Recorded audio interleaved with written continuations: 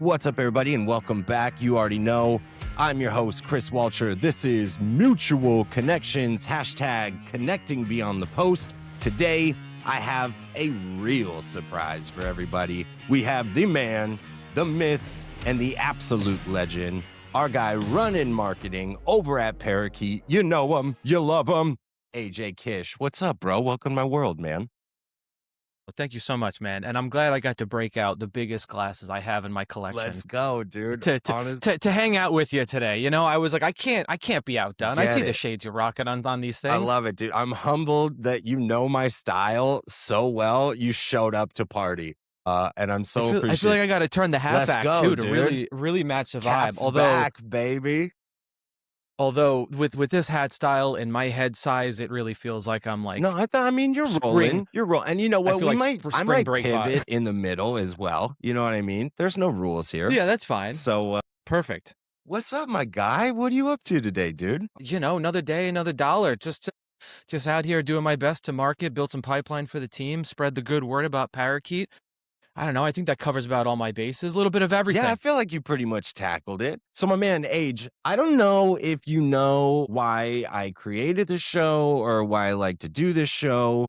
And trust me, I want to get into some of the fun stuff that you're doing over at Parakeet. I want to get into the journey of like marketing in general. I know you've been working in that marketing position across a host of a ton of different companies. So I want to get into the weeds. But first, I want to learn a little bit more about the man behind the Parakeet, if you will. And so for sure, let's kick things off. Let's go all the way back to 2013 season of the UMass Intramural Dodgeball League, repping jersey number 2. What was it like to bring home the coveted championship, man? What did that mean to you?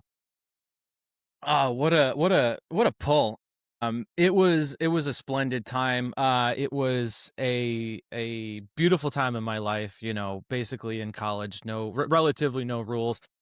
Living out my frat boy dreams, I guess, if you will. You know, I could already hear people rolling their eyes, but no, it was a good time. You know, who doesn't like a good intramural sports? I played soccer all throughout high school. I did a little bit of lacrosse, a little bit of pickup stuff here and there.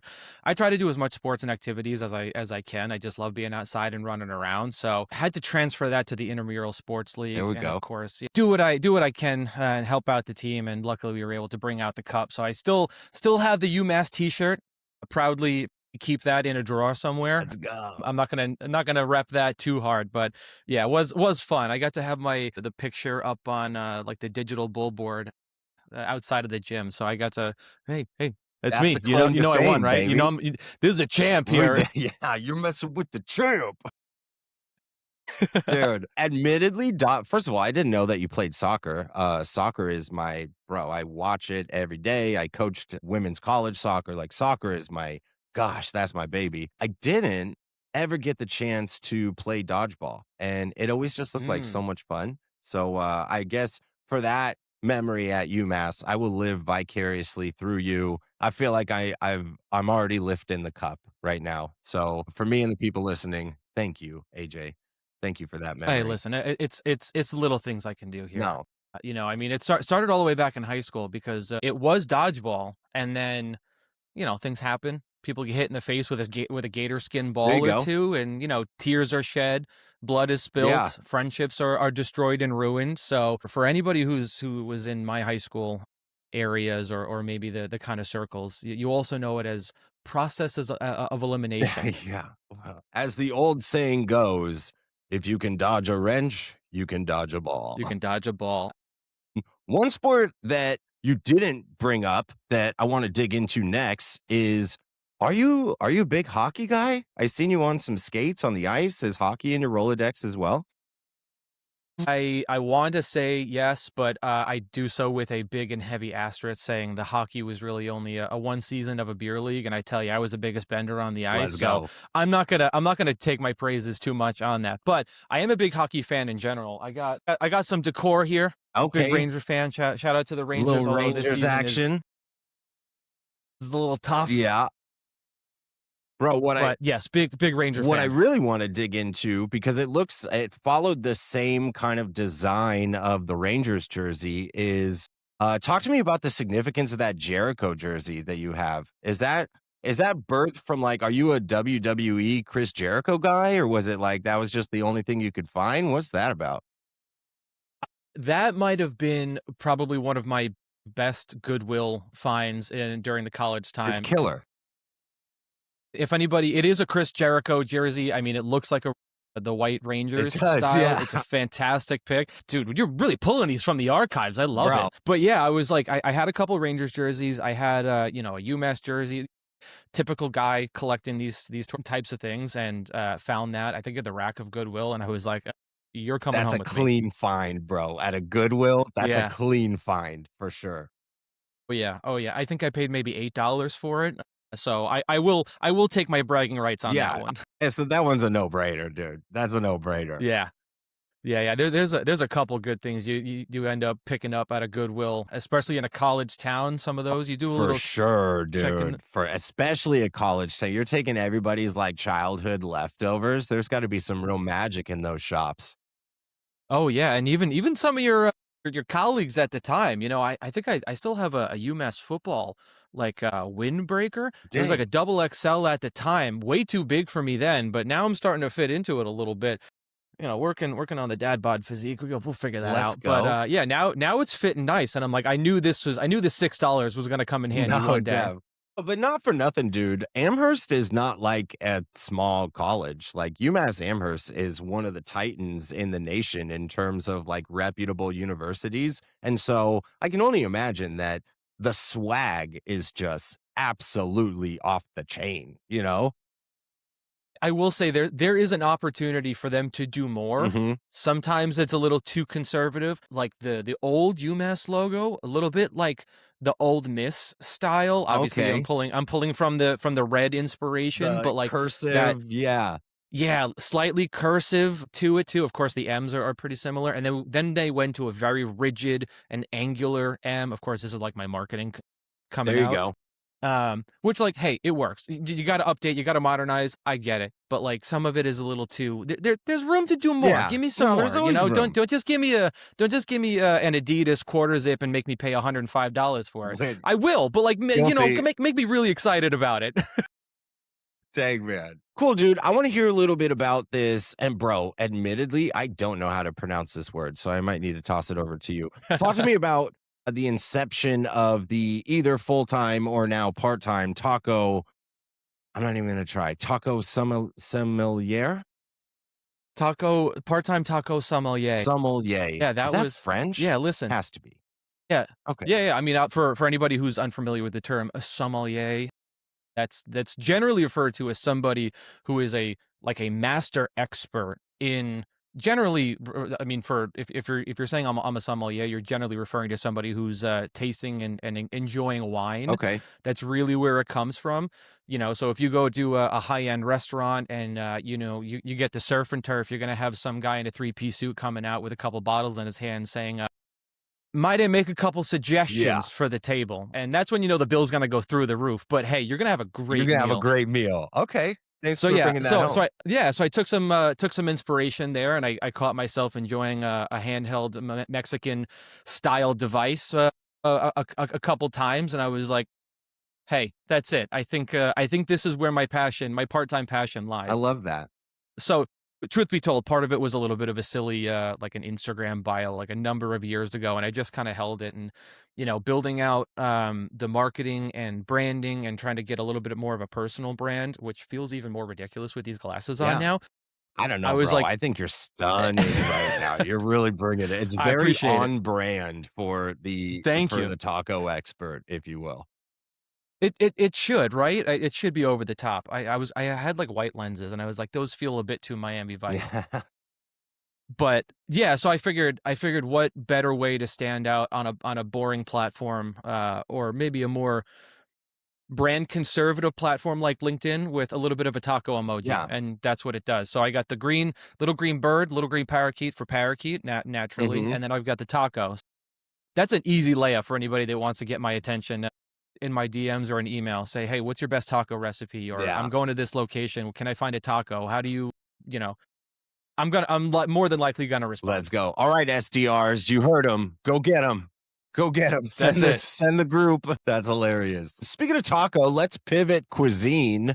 Um, Talk to me about the significance of the Greenwich Village institution, Joe's Pizza. Is there any like legacy behind that, or was that just like a standard New York City Photoshop op where you and the missus were just enjoying some pie? That is, I love the Dude, I'm references. bro, we're just getting started, AJ. I told you, I'm so Hell sorry. yeah, man. Hell yeah. No, please. That photo was part of an engagement shoot that, yes, my fiance at the time, now wife, did. We were walking around the city, finding a couple locations, and Joe's Pizza is a famous location in the city. It is in Midtown. That particular one was not the main one. Mhm. I'm not even sure if that one's tied to it, if I'm being totally honest. It might be a satellite, so don't quote me on it. I don't know, I man. grew The up in New York, website but said an that hour it north of the was a city, proper so Greenwich Village institution. You don't just put those type of labels on a pizza shop. You know what I mean? There's got to be some type of brevity behind, you know? as somebody who's currently residing in the beautiful pass-through state of Connecticut, I can assure you that people will throw labels on whatever the hell they When it feel like comes to throwing pizza. labels on for anything, man. The number of New York delis that I come across, and I'm just like, you can't just call it New York and not serve cold cuts, my guy. That's not how this works. You can't have an Italian combo. You can't like not have an Italian combo if you're gonna call yourself a New York deli. I just Dang. and you better not serve me no soggy chicken cutlets. I'm not even Bro, Italian, and don't I'm like, yeah. come on, Come man, on, come dude. on. If you're gonna name So it so that, you yeah, better show up, dude. You better get to work. All right. that's what I'm saying. Dang. I have expectations I love based that. on prior experiences and what you decide to name your business entity, okay? Yeah, man. Especially if it comes in the realm of food. You can't be throwing these Yeah, coming titles from a out. That's not fair marketing to guy nobody. and food, Exactly. like, those are 2 things you don't play around with, bro. Get it r grow up. No. Grow up, No. Joe's Pizza. Grow up. Yeah. Exactly. Grow up. So I clocked this right from the start. You're like, have you always kind of been like a go big or go home guy? I noted down that during the ALS Ice Bucket Challenge rage back in the summer of 2014, you were nominated twice, and any person in the right mind would just take one bucket dome to the head. You, AJ, decided to double up and you went with the two. And so, is that kind of just encompass who you are as a person? Like, are you balls to the walls, go big or go home? Even though I have the biggest sunglasses I have in my repertoire adorning my face as of right now, you would think that I am a balls to the wall, go big or go home guy, but I generally reserve myself or classify myself as a extroverted introvert. Okay, me too. Now, Hashtag. to explain that a bit further, yeah, hashtag extroverted introvert. Drop it in the You comments know below. it. Like and subscribe. Hit the bell. No, but I'm somebody that if you throw me into a room full of strangers, like a conference room or a trade show, I might drop one in my pants. That's one of the scariest Yeah. things you can do. I don't want to do that. I don't like talking to strangers. Like I don't get energized by that. I get scared. That's why I'm in marketing, generally not sales. However, you catch me in a social setting on a one-on-one like this, I find a way to be the more extroverted. I like the funny, humorous elements. I like to take the big swings. Hell yeah. I like to bring the energy in that way. So yeah, that's why I generally refer to myself as an extroverted introvert. No, well, definitely. Definitely. So you did take 2 ice buckets, and I think I saw somewhere on the interwebs, I dug deep, bro, of you, like, a GoProing yourself jumping off of a cliff, and so you do, again, social setting, but if you're vibing and the energy is right, I feel like you really get it in, and for that, I appreciate that, man. I appreciate. Thank you. I try, and I appreciate you also letting me know that I have to go do a bit of a pruning of my Facebook and whatever other social media there are, because I'm afraid what the rest of it's going to be like. Well, buckle up, baby, because we only halfway through. Um Let's Man. see, bro. I mean, it's connecting beyond the post. I can't just rattle you with questions about things that people already knew about you. How boring is that? What kind of interview? No, it'd be entirely You know what boring, I and I mean? wouldn't expect anything less here. Yeah, dude. So, look, I have so much respect for the fraternity lifestyle, Sigma Phi Epsilon. I was a fraternity brother. Can you give us like your wildest Greek week story from UMass? Like, I stumbled across a handful of photos, and You didn't really say what they were, but you just did that like, "Yo, it's Greek week, so don't ask questions." What type of shenanigans did you get into for some of these weeks, bro? Boy, I will say one of the more fun times of the year was as spring is in the process of springing and the flowers are coming and the trees are blooming and people are finally outside shaking the northeastern blues off of them. You get to the latter part of the semester, the weather's warm. We used to have an event called Mas Cerveza, and we had a three-story house, and the basement we had a volleyball court in the backyard. We would take all the sand from the volleyball court and bring it inside, and we'd have a beach party themed in the In the basement. And basement? in the basement, and I tell you, I've never been. It's a crazy time. Just silly college kids, of course, drinking of Of age, age, of course. but with like pool noodles and like water guns and Dang, beach dude. volleyballs and things like that. Yeah, it really was a couple a couple years of like, good lord, this is silly. Nah, but that's what you're supposed to do, man. That's where that like Van Wilder complex kicks in, where you're like, I better could do this a couple more years. I know I graduate in June, but any way we could stretch this bad boy out. Well, as a reminder, I did just say I'm an extroverted introvert, so that was part of the. After a couple times, I'm like, Yeah, I yeah. think I'm done, man. I think I'm tapped. It definitely hits This is starting to different get when you scary. know what you're getting into in advance. When it's brand new, you're like, wow, this is very, but by about the fourth year, you're like, dude, this is gonna just be a shit show. I should probably, you know, Yeah, I'm gonna go to the yeah, yeah, library. yeah. See you guys.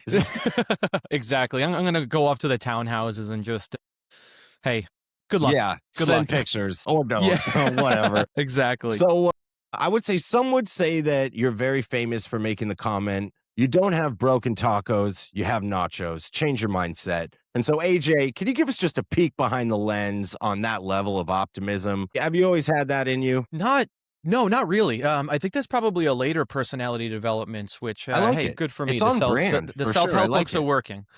Yeah, thank you. But no, I mean, it's been, and we kind of talked about this, sneak peek into our episode because you did In the Nest with me a couple days ago, so that's coming out. Let's Little plug there. go. Don't mind if I do. But we talked about how I'm a big fan of Jocko Willink and his extreme leadership, dichotomy of leadership, and all of that. He's got a video that's titled "Good," and it's about looking at the world regardless of what happens to you and just responding with good. There's always a silver lining to be found in situations, in people, and taking as much ownership as you can to say, well, if this didn't work out, how can we make the alternative? And that I think is just the taco, the taco personification of the Jocko Yeah, good. So a man. Jocko inspired taco. Not a broken taco, baby. You're It's nachos. Slap some cheese over that's that. it. You got a whole new adventure waiting for you. That's that That that might that, be that my might be the next next post tattoo. I right won't there. lie to you, bro. I need to start selling merch. I You think that's what you I think. totally should, bro. That would be very on brand for AJ Kish. Come on. I No, dude, mean, I dig I it. try. Very life gives you lemons type of mentality. Were you like so when I was in college, I don't think that I read a single book at all. And so I didn't really start to like lean into, whoa, there's like a lot of value in these books. There's a lot of words, but if you read each of them, they kind of create a story. Were you like heavy into the books and academics in college, or once you like started into your marketing and hey, I should probably get a career? Is that when you really started pursuit of that type of intellect? Yeah, I mean, listen, we all kind of read the famous ones in high school, and I would say I leaned more towards the English literature type of realm. Yeah, I still wouldn't necessarily classify myself as like a reader or somebody who like enjoyed reading at that time, but you can kind of fudge an answer a little bit easier in English than math. Like for I only sure. passed math because I was able to show my work. That's why, again, that's why I'm marketing. Let's go. An Excel spreadsheet scares me. So, but no, I recently first off, I've revisited a lot of those books, and like really boring stories that were in high school. I'm like, I don't understand why I'm reading this. This is crazy. What does the feudal system in Japan have to do with my life as of right Yeah, now? And then all of a sudden you're like, wait, hold on. There's a lot of insights into what's going on. This is a crazy story, and one that I should have paid a lot more attention to. So recently I've realized that first off, these stories are important. There's a reason why we're taught them, and there's a reason why they carry so much weight in so many different circles. But then also, like, my job as a marketer is effectively communication and storytelling. I Storytelling, have to yeah. tell you what my product or service is, why it's solving a need or a pain point in your business, why I'm better than the competitors, what the features do. If we have some sort of trademark term, what does that mean, and how does it compare to something else in the realm that you may or may not know? So like it's a lot of communication that I have to be effective at. So reading some of these stories, whether they're explicitly like a self-help book, like Seven Habits for Effective People. Yeah. I'm making my way That's through a that great one book, as of right though. now. It really is. Great Yeah. book. Or if it's something like, I don't know, Picture of Dorian Gray. That was one I read in high school that I was like, I don't understand this book. And then I see it now with fresher and older eyes without the Yeah, sunglasses on. right? But I see it now and I go, oh, I get the message now. I understand the literary devices that are being used and the subtle messages that are being portrayed. And the same thing that could be done at all the marketing, like certain colors, certain typography, certain orientations and locations of things. All of that is like the subtle messaging of marketing and branding that plays into the bigger picture. It's not just about running ads or like having a website. It's all those little Yeah. things. No, and I love that you pay homage to that because there is such a deeply embedded storytelling capacity, especially in the marketing world. Like you want to create an emotion, whether it's a positive or a negative or a confused. That's I mean, dude, Parakeet sells coffee. All right. That's how I learned about Parakeet. I didn't even know that you guys were a tremendous outbound email. Whatever, we'll get into that. But I first learned about Parakeet. There you go. Flock and good morning, baby. We I do? first learned I didn't about it know. from the coffee, dude, so Yeah, I mean, and again, like that's the quote subtle literary devices that I'm trying to employ in other areas here. Like what better crossover from a brand that has a bit more of a punchy tone that works and caters to sellers than our greatest vice that we have, which is caffeine. yeah. No, I dig it, dude. And in fact, even at I work for a debt collection firm. I'm trying to take a page out of that book, and I'm having conversations with marketing right now. Like, how can we put eggs into a basket that you're just like that is so bonkers. There's zero relevance to what the service or the actual product is. Because it's like always my example is it always goes back to Red Bull, dude. Like, first thing you think of when you hear Red Bull is not like, whoa, there's this energy drink. Extreme sports or X Games or like, dude, the sticker on the bottom of the snowboard. Like, and that's dope. It's like a very, what's the newest one? Liquid Death, the water can. Mm-hmm. Like, what a Mm-hmm. phenomenal marketing crew, dude. And by Yeah. the ad alone, you would have no idea they're talking about just a can of water. And that's beautiful, dude.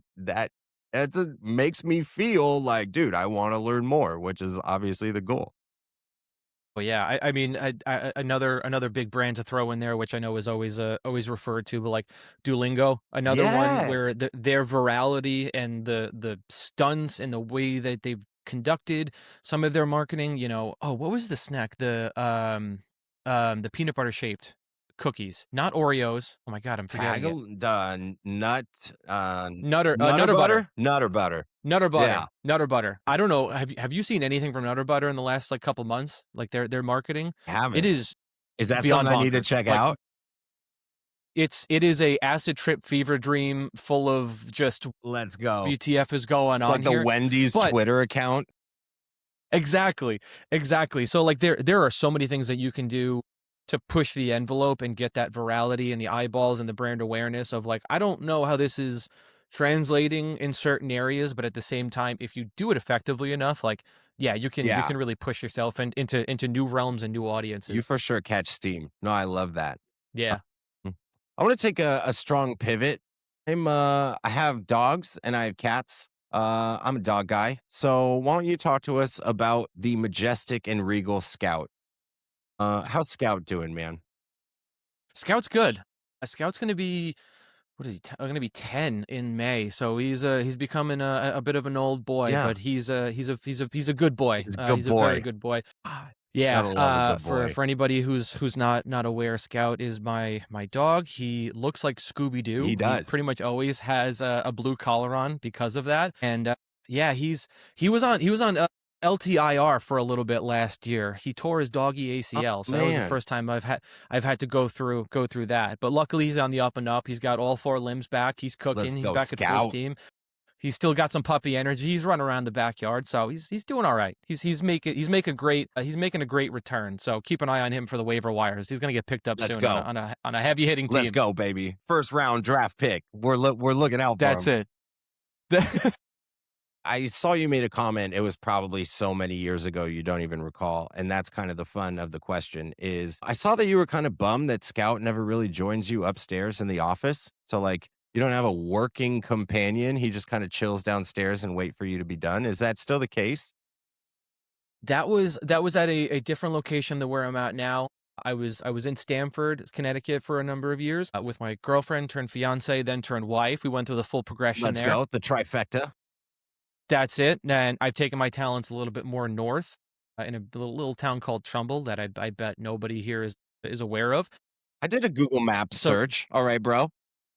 there we go. There we go. But so now we've gone from two-layer a townhouse to two-floor, two-story townhouse. Well, I don't know what I'm saying. There's two different levels. 2 levels. Staircase. 2 levels. That's it. To now we're in a ranch style living. So now it's no longer I wish he would come upstairs. Now I just wish he would come through the door that I've left Okay, so open he's for still him. ghosting you, essentially. Yeah, but I get it. I get it. It's kind of hard to see, but I do have windows back there that leads to a bit of a wooded area, a nature preserve. So Okay. he's doing what Scout does best. He's scouting for deer, the foxes, the wildlife. So he's on patrol right now. No, I get it. very good. That's why he gets paid the big That's bucks. right. That's right, baby. I don't know what, dude. A lot of these questions really stem from food. I'm kind of a foodie, and so if we're gonna pivot, let's go there. Can you explain to all the listeners and myself what the hell a Malomars is? Is that like a look? Because I went to the grocery store, I went to gas station. Is that like an East Coast thing? I know East Coast like covets its own like special candies, but I have never seen a Malomars anywhere in my existence, either in California or now I'm in Texas. So what the hell is a Malomars and why does it look so good? Well, I'm sorry you can't enjoy the beautiful, delicious, delectable treat that is a Malamar, but it's pretty much a graham cracker with a marshmallow seated on top, and it's covered in dark chocolate. A thin layer of dark chocolate, just enough to let you know that the dark chocolate's there, but not enough to overpower both the marshmallow and the graham cracker. Damn. And they're a seasonal treat. They only come out in the fall leading into the winter because they melt during transportation. So Damn. that's why This it's is like a that when you was a see good them. question to ask. That's like a rare Yeah. commodity, a seasonal candy. You don't get many of those, AJ. Mm-hmm. You don't just find No. seasonal candies all over the That's place. what I'm saying. We're not playing out here, Chris. We're just the big Serious, just the big dude. We're not leagues. fucking around. That's so funny. So yeah, you got to grab them when you see them. You buy as many boxes as you can fit onto your arms, and you slam them in the fridge because they're always better when they're Oh, you cold. got to, And yeah. then yeah, and they're kind of like Oreos. You eat them a sleeve at a time, and you feel like awful afterwards, but you're also like, I'm glad I did Yeah. that. I don't get to do that all year I round. vibe with that, dude. I vibe with that bit. You had me at graham cracker, to be fair. Any type They're of they're so candy, good. dude. The graham cracker marshmallow chocolate mixture, like call it a Hmm. s'more, call it a Melamars, like whatever. That's Sign me up, that's it. bro. So I mean, I'm a sucker for a good schmore, if yeah, a you good will. s'more. A good schmore, and I like them burnt too. I know people don't. Oh, There me people are too, on the fence about. dude. I want No, you I want. to f up my marshmallow on that bonfire. That's it. Yeah, dude. That's it. I want it. I want it Charred, smoking. yeah, That's what I where it want. catches fire and you got to do that shit. Like, you know what I mean? That's You it. gotta, That's yeah, it. And then you okay, slam it down on the chocolate. It bro. melts the chocolate. You squeeze the top. Out you go. Straight into the That's the mouth. game. That's it. Burning, because that marshmallow, dude, it holds the heat, man. Burning. I believe the good technique to a s'more with the marshmallow is very similar to a steak. You need a char on the outside. You need something to caramelize. I know it's not really caramelizing, but you need the char, a little bit of bark on the Yeah, outside to let you know that you're living yeah, life. dude, speak to Don't just me. give me a plain Jane marshmallow. I Exactly. can eat those out of the bag. Make me feel like I'm out in the wild, damn it. Come on. Yeah. Yeah, yeah. I want a little bit of the smoke. That's why I'm here. God, I vibe with that so hard. So outside of this, I'm gonna plan a camping trip with AJ. So sorry, suckers. We'll send you pictures when we're out there. Um, Wish you were there. We'll send postcards. Wish you were there. This one is this is a little bit of a pivot, but I am curious because this is probably the most professional question that I'll ask you so far. Dude, did you get your first aid, CPR, and AED certification from the American Red Cross? Why? When? How did that happen? Where is that in the Rolodex? Yeah. Yeah, I mean, listen, I was a lifer for life. I was a Boy Scout for a number of years, so I can whittle a steak, I can start a fire from scratch, Let's I can go, do dude. all that, and yeah. So what comes along with that is a little bit of first aid training. So I know how to put on a tourniquet and give you one of these chest Hell compressions. yeah, So man. hopefully. Hopefully, I don't ever have to actually put it into practice, but that's the point of the Boy Scouts and being prepared, right? That's right. I'd rather be prepared for the worst and hope for the And hope best, for the and that's best. that's that's a pretty good plan to get you where you need to No, go. I dig it. So that popular airplane scenario where the lady stands up and we need a doctor. Are you throwing stones at that or are you staying seated? I mean, listen, I'm gonna tip back and go. I don't know. Is there a Yeah. medical I'm not gonna- professional on here? Yeah. I mean, I have had, unfortunately, an instance on an airplane where we had to call a medical professional to it. Now, it was a scary Dang. incident. Yeah, but that's why they actually get paid the big No, bucks. for But it's sure. also good to know. Again, like I've been through the training. I know the difference between certain things, and I'm like, I think this passenger may be having a bit of a seizure, and so the good thing is this person is alive and well, and everyone did their job in a fantastic way. Shout out to the Delta crew and the doctors on Let's go, board. But Delta crew. yeah, yeah. I mean, so that's what it is. I mean, we can laugh, we can joke. Life can be really fun and exciting at times, but unfortunately, there always is the opposite side. There are things out there that can hurt you. So you just got to keep your eyes open. You got No, to for keep your head on sure. a swivel, and you got to know where things may jump out and bite you in the ass. No, definitely. And you know what? Shout out to the scouts, dude. Shout out to the Boy Scouts. The good, the bad, the ugly. I don't know if that's what they say. Is Yeah. that a tagline? No, no, I don't think so, but it might be now. They said it somewhere, AJ. I'm positive of it. There might be some news articles saying the good, the bad, and the ugly, but I don't know if they're calling those that out. But Man. yeah, I made it all the way up to life, and then they were like, "All right, in order to become Eagle, you have to do community service." And I was like, "Soccer sounds like more fun. Yeah. Hey, there we I'm gonna, go. yeah, I'm gonna go do that." You think starting a That's lifer fire for is life. dope? Have you ever scored a PK in overtime where it's the last kick of the game? Like, let's have a talk about it.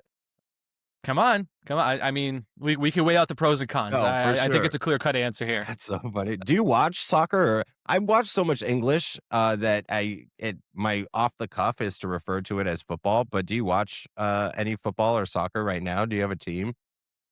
No, not really. Soccer, ironically, it was the sport I played the most and enjoyed playing the most, but also one of the ones that like I never got into really watching. Yeah. I remember going to a couple of oh my God, the Metro Stars game, like the MLS team. Dang. Yeah. That's a throwback. Yeah. The Metro Stars game, and then I had a couple things, of course, like big fan of David Beckham growing up. So like I had the LA Galaxy He's shorts and the literally jersey on and my everything. wall right there. My boy Of course. DB. You gotta bend it like Let's Beckham, man, go. and that's what it's like. But I mean, I definitely appreciate the Premier League and the football that's played over there, but I just never really gravitated towards a team. I think I did have an Arsenal jersey. Okay. So I guess maybe a proverbial gun to the head. Maybe that's my team. Yeah, well, hey, you know what? I rock with the Gunners, man. Arsenal is a strong club. They might win it Yeah, all this it's year, so it might be time to bust that bad boy out. all right. I'll shake it. Yeah, I'll shake the man. dust off. Get it back. Do you watch any sports? Football, baseball? What's your pick your poison? What do you get into? Hockey's the big one. Okay. I watch football. I will say I've been bigger into college Me football too, bro. recently. Yeah. It's hard. It's hard to go back to watching like NFL and not like I want fire the band up. Get Yeah, Bevo running out there. Get the duck coming in on a motorcycle or flying in from somewhere. Get the fly like all of it. yeah. Just like the college Just so atmosphere. much more Like passion, bro. It's I'm like, I'm just sitting on my couch going, screw it. I'll take my yeah, shirt dude, off. just it. the wife comes in from the store and she's like, "What's going on?" And I'm like, "I'm watching football. Can't you Let's tell?" go. No, I think almost in all circumstances, college sports trump professional sports all day, dude. The level of passion, like, especially with those universities, like, even I'm sure you saw it at Amherst, like, bro, I ride or die with you, and we leave at dawn. Like, let's go, That's it. bro. That's it. I mean, the Amherst always had a top tier hockey program. They still do. You know, they go up against our other school, right? UMass Lowell and some of the other northeastern ones, and like every time it's a bloodbath. Like it's just so So fun sick. to watch. You know, and we've got some legends too. You know, Jonathan Quick was the goalie for Yeah. UMass. Patrick Ewing was on the basketball team. So we've got some names. We've got some jerseys in the Okay. rafters. You got Yeah. a good trophy hallway on campus. Cale Makar for the NFL fans, recent, Dang. straight out of UMass. Uh-huh. Yeah, so we got some No guns. shocker. It is a big school. Like it's in that Rolodex of like there are 20 universities that everybody graduating high school is going to apply for, and that Oh, yeah. Amherst, that's on the list. It's got to be on the list. Yeah. So I mean, it's hard to beat an atmosphere, you know, like, again, my Rangers on my team, I go to MSG and I watch them. It's the greatest garden there is. yes. Awesome atmosphere when they're not having this season, but it's a great atmosphere to be in. But I mean, I tell you, man, you go to a UMass Amherst versus a BU game, and when they start chanting "sucks to BU," you're like, Oh, there's these are levels to my this. There's people. levels. No, dude, that's so Again, now sick. I got my Yeah, shirt over my right, head, and man. Oh it man. doesn't take much to rile me up, You apparently. already know. That's how you know that he went from introvert to extrovert. Is just wait for AJ to rip off the shirt, start swinging around. He's like, "All right, Mr. Kish has joined the party. I wear my heart on my sleeve, and I swing my shirt above my head, and this is what you I'm get, all whether about you it." like it or You not. get what you get, man. All right, look, I burned way too much time having fun with you, but I do want to jump into honestly, I did a bit of background search on your marketing lineology. You've obviously had quite a lofty career in marketing from the days of E-Trade and Luca and two spouts at were they different Trillium companies or was it the same company with a different name? It was Yep, the same. same Okay. same company managed. There was one was a trading floor, the other one was a SaaS product. Okay, 6. So, like, why don't you just kinda give us the highlight on your journey of getting into marketing and just kinda, like, what the experience from day 1 probably at E-Trade, learning the world, and then growing into this very unique, like and that's why I think that you're a killer right now at Parakeet because your lens on marketing is not the traditional that everybody else is doing. Obviously, we got into the coffee, but, like, talk to me about that lineology of how you grew into the hell you are today with Parakeet. Yeah, yeah, yeah, for sure. I feel like I may need to take the Let's sunglasses go. off. Should we go professional now? Dude, I'm happy to go pro. Hold on, let me Yeah, switch we'll it go up. professional Let's now. go pro. We'll go professional now. I'm in it. I'll keep the hat on because I got the merch, Yeah. but, yeah. Oh my god, it's Dude, bright. it did just get No, so, very bright. all right, so me and my kind of marketing background. So the way I kind of pitch it is as if I'm kind of doing an interview, which hasn't been for a while, but I kind of cut my teeth early on, even back in the collegiate days, right? I used to work as a kind of a lab assistant within the psych department there. So I was like running tests, and that's when I really got the bug for like, oh, there's things that you can do and attributes of people that are predictable and are not. So what are those levers and how can I affect them? And then again, me being a marketer, not a salesperson, I like the kind of more behind the scenes things to say, let me put this out there and I would like for you to make the decision versus me trying to be like outwardly persuasive or overly aggressive about that. So I did kind of the lab testing, working with some of the folks there. Then I got into E-Trade, financial services, obviously there. I did the website testing, A/B, multivariate, started doing a little bit of content, CMS management, that type of fun stuff. So it was like really learning the nuts and bolts. And then from there, I kind of copped from a couple different opportunities, and each of them had the same general thought and consensus around it in terms of like I was brought in to kind of manage, and then very quickly it was like we kind of have to do more and we have to build. And then my question was, okay, what do we have to do and what do we have to build? And the response I would get was, I don't know, that's Figure why it we pay out. you. And I'm like, Okay, cool. So I've learned how to, it was great experience in the front to like again learn the nuts and bolts about things and like how do you keep a ship going or flowing, and then being able to build while kind of in while mid flight has been the theme of like, okay, well there's either one brand or in some cases two, like even now Parakeet and Outbound Sales Pro, I'm tied to both. They're two very different, Hmm. well, they're two pretty different brands, but we're tied together. We're effectively the same company. So, how do I manage a brand and build a brand from the ground up that's a SaaS product that has a loud, punchy, cocky tone to it with bright, vibrant greens and yellow colors versus the more white glove service and the calm, cool, collected of something like an Outbound Sales Pro. I've had a lot of exposure, and I've always said, like, I feel like I've gotten almost like the JV agency training of like, okay, there's something on fire here, and then there's also something on fire here, and I have to do a little bit of both. And who's going to manage the socials? And it's like, well, nobody else is here; it's just me. So, I've been a bit of a lone wolf, and I would say one of the things that I'm probably mostly proud of is the fact that like I had really great leaders and managers early on, and then increasingly I had to stand and kind of fight and fend for myself Hmm.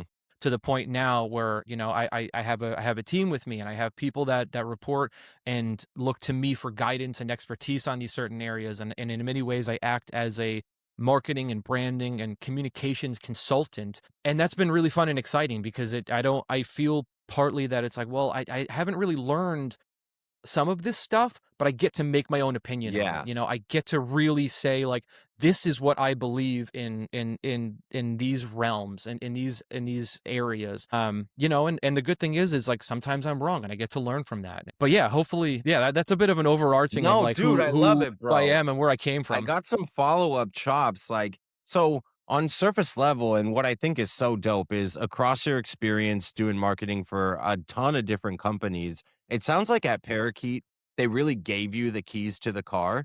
And so like, A, having that authority, like you are the decision maker, and now it's not them giving you an angle, it's them going to you to, hey, AJ, what is our angle here? And you get to leverage all of this stuff that you learned across great mentors and leadership. And now you're like the car driver. And I think that that's magic. I have a bit of that like in my world right now too, especially with this new job where I am kind of the decision maker and creating the processes, and some ideas might suck. And I love when I find out that they suck, because if I'm not learning, if I'm not pivoting, like I just had a meeting today. Like, dude, if you're faced with a position where you need to pivot, that's the coolest shit ever, because that means you're actually growing in real time. That clarity is an actual currency. So don't be afraid to fail forwards. The second comment that I wanted to make, and I'm not going to pick your brain on it now, but 1,000% I'm going to pick your brain on it once we get to an offline capacity in a couple weeks, is I'm kind of living the same. So Collecta is a sales and marketing engine behind a nationally licensed debt collection agency. So it's not like Mm, Collecta is the licensed agency, Adler Wallach and Associates is. Like, and so that's my okay. white glove, been around for 35 years, very professional.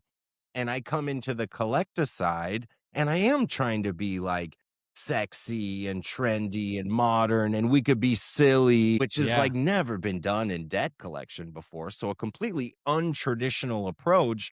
But all the while, I'm trying to marry like, hey, look, this really fun and vibrant and we're crazy marketing engine is married to and tied to this very white glove. We take it seriously. We're compliant. We've got all the necessary certification. Like, you know what I mean? And so it sounds like you're going through that right now with that marriage between the outbound email and the silliness that is Peacock or Parakeet.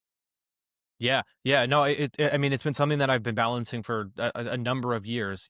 It's how do you when it happens all too often, right? Like you have a company or you have a service and you're like, we're doing damn good at what we do. We should maybe try to monetize some of this. And then all of a sudden you have a SaaS product, and that's exactly what Parakeet was, right? It's an email platform born out of our lead gen agency. You know, we've tried all of the big names and we're like, we can do this better. We have the secret sauce. So that's what we did. We put that together and like, again, hey, let's try to make some money out of it.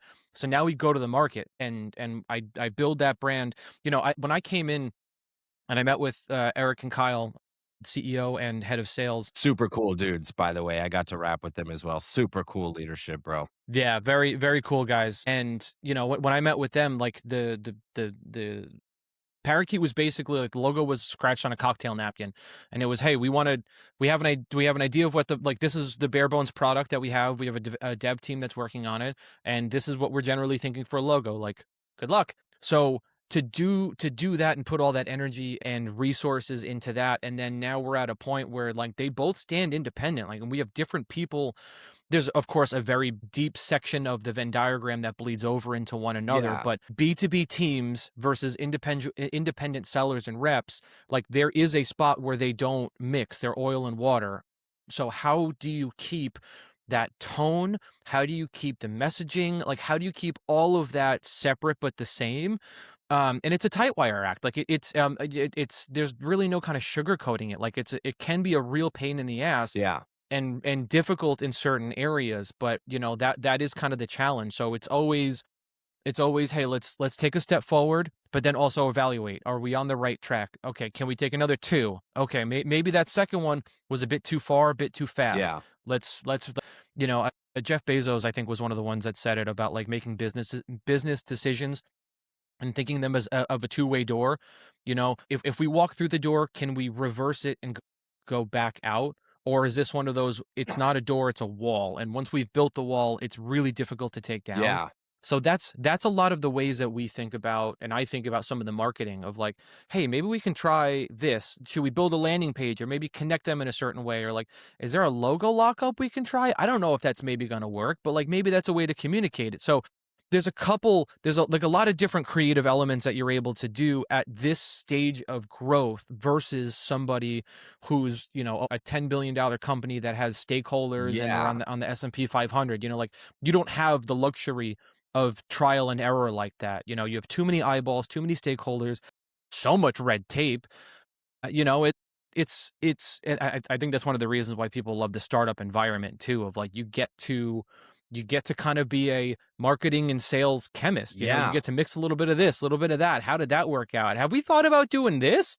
You know, like what if we started selling hats? I don't know. That's what I You know, bro. and That's what I mean, and I laughed in the middle of that last part when you were talking about, like, is there any, like, you know, mirage that I can create with this logo or this logo where we could tell, like, "Hey, 2 separate companies, but we all live in this universe," because that is, like, exactly the journey that I'm on right now. It's and you're so right, dude. It's such a balancing act where you push a little bit too far one way. Is that going to muddy the waters on this white glove?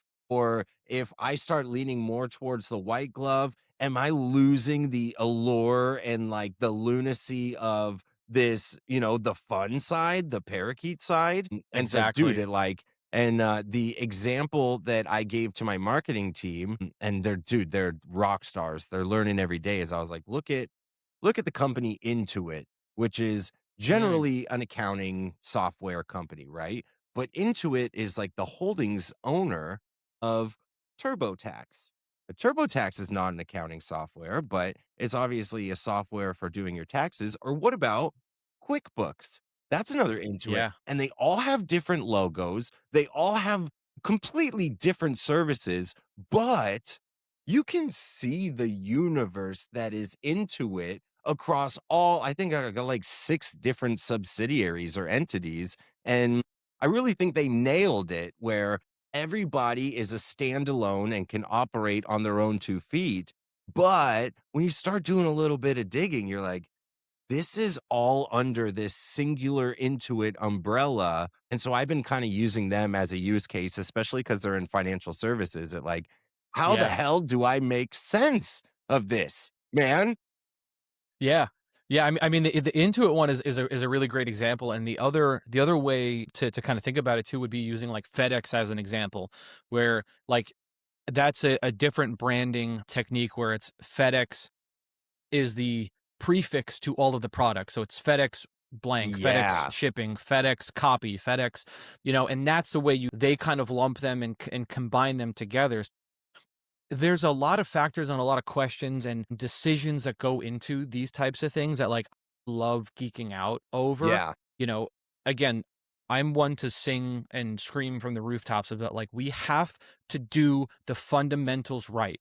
Because if you're going to do something like even making the decision and distinction of choosing something like the Intuit branding versus FedEx, like things like colors and font play a really big way in communicating that.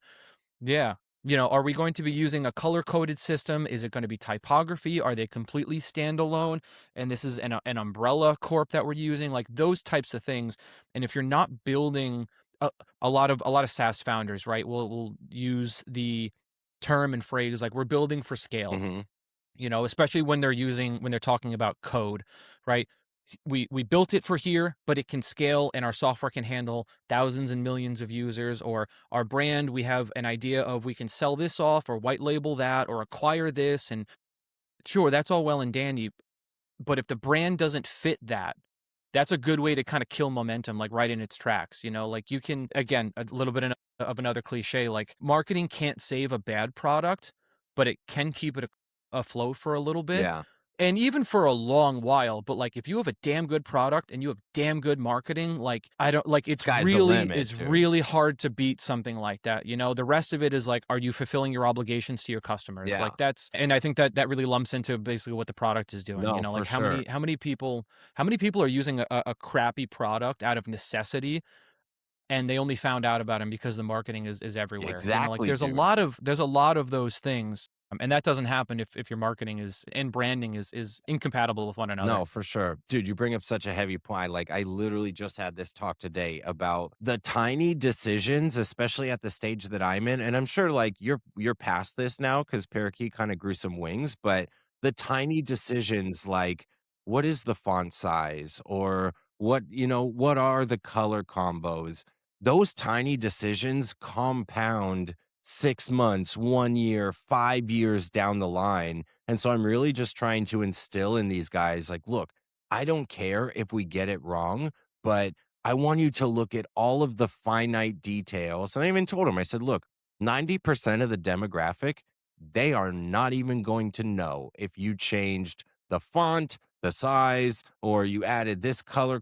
They're not going to know, but I know. And I want us to Hmm. be glued to those little details because over time, it's going to create that picture that we're all trying to achieve. So, I could not agree more. I mean, like, look, even this mug that I've been drinking out of, right? yeah. This is an earlier model or an earlier comp that I did. The logo looks odd here, so we moved that. This font is maybe 600 weight, but it should be 700. It's not thick enough. Ah, So like those are the things where it's like, you probably wouldn't those are the notice, but like details I notice. nobody would know, but AJ knows because that Yeah. little thing matters. And one of the feathers, I think we changed from green to yellow, and it's like, well, because that green doesn't print on the color background that we want. And if the thought is to do something like an embroidered piece of merch, or if we're going to an event and we're going to sponsor it, we're going to have a backdrop and we need to screen print on there, like making the decisions on, again, the logo and the style guide early on to say this will meet any need that we have.